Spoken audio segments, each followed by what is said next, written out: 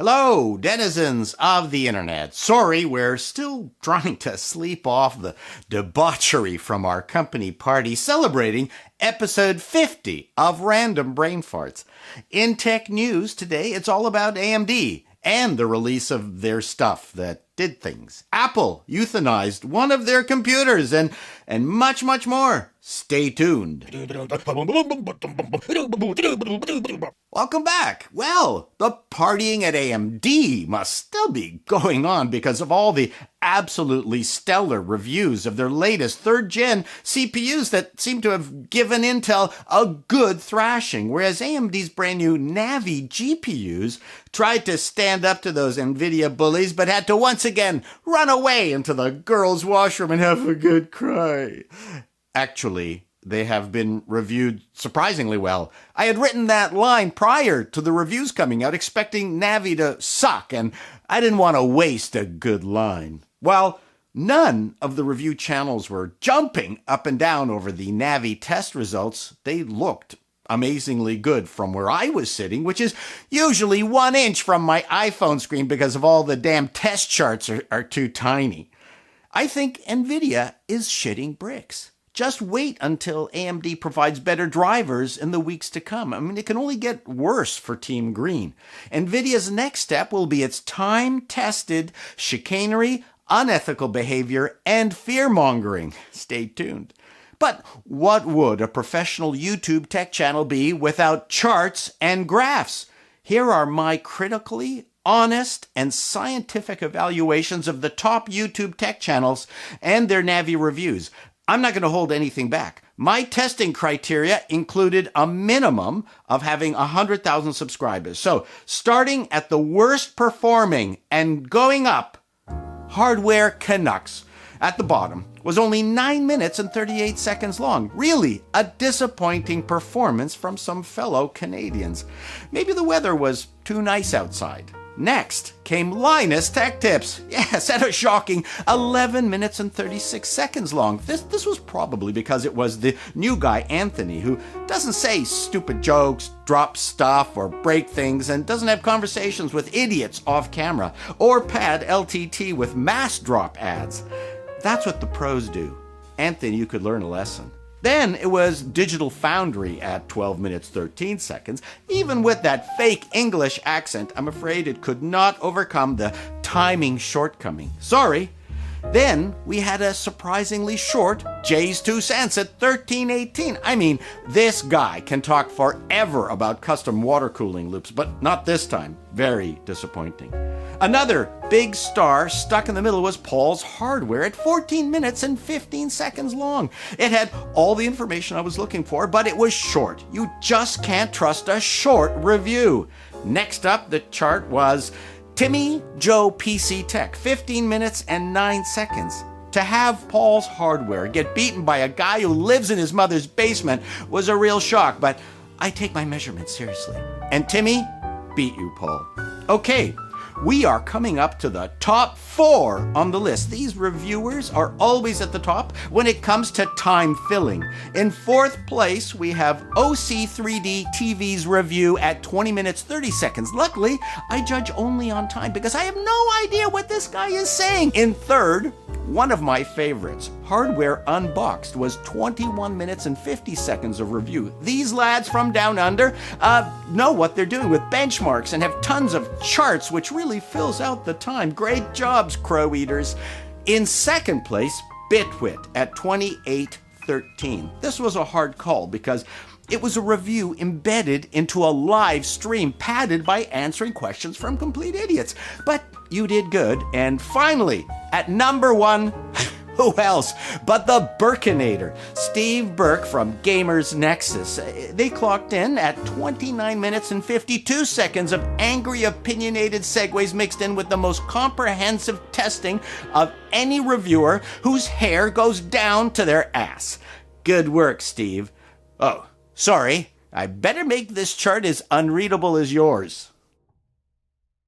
2 bits of Chinese tech news. Xiaomi, the Chinese telecom company well known for slavishly ripping off Apple phone designs, has completely, utterly, unequivocally denied ripping off Apple's augmented reality Memojis. Company execs exclaimed that just because Xiaomi's Memojis look exactly the same and share identical sounding names, there is no connection. None.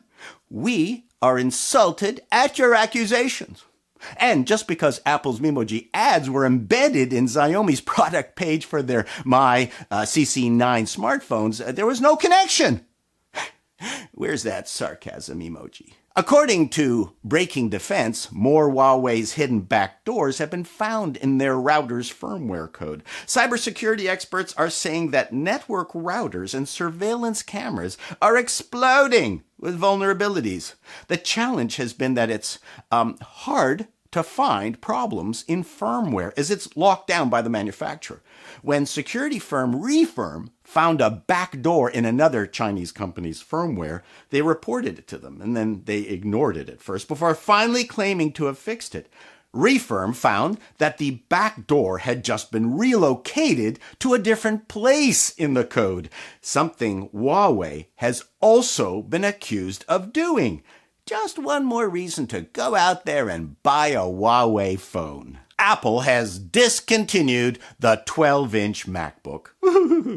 A bizarre SKU that competed with the Air, cost more, but was a worse computer, slow as balls, with the added bonus of being the first to introduce us to the brilliant butterfly keyboard that we all know and love so much that Apple is providing extended keyboard warranties on all brand new MacBook Pros.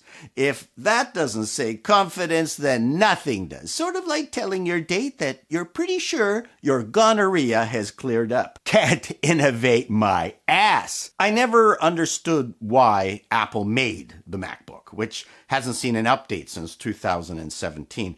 It was all about super portability and thinness and long battery life, kind of like the sorry, so I left my frontal lobe, the Air. For some reason, Apple had to make an Air with fewer ports than the Air, with a terrible keyboard.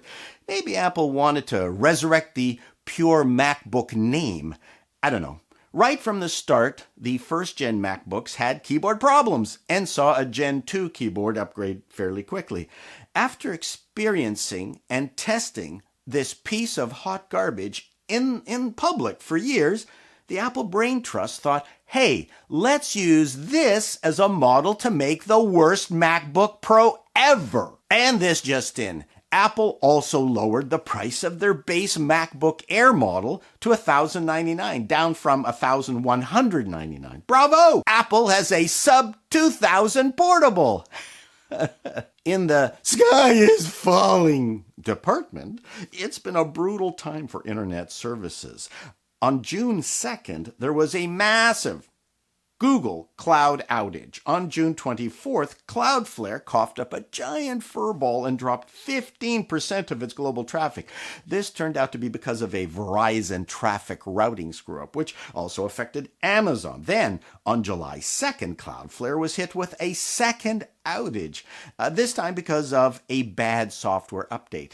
I'm a Cloudflare client. I'd better check their Yelp ratings. Also on July 2nd, Google was hit with another outage thanks to physical damage to their fiber cables. My wife cut our internet cable to the house while gardening yesterday. I wonder if she was also responsible for the Google outage. NASA wants you. Yes, they want you to be a junior tree measurer. NASA's ICESat-2 satellites can estimate the height of trees from space, but NASA needs you. All it takes is your smartphone and the app and the target tree. Just take a picture of your tree and upload it. The ICESat-2 satellite shoots 60,000 pulses of laser light at the Earth's surface every second.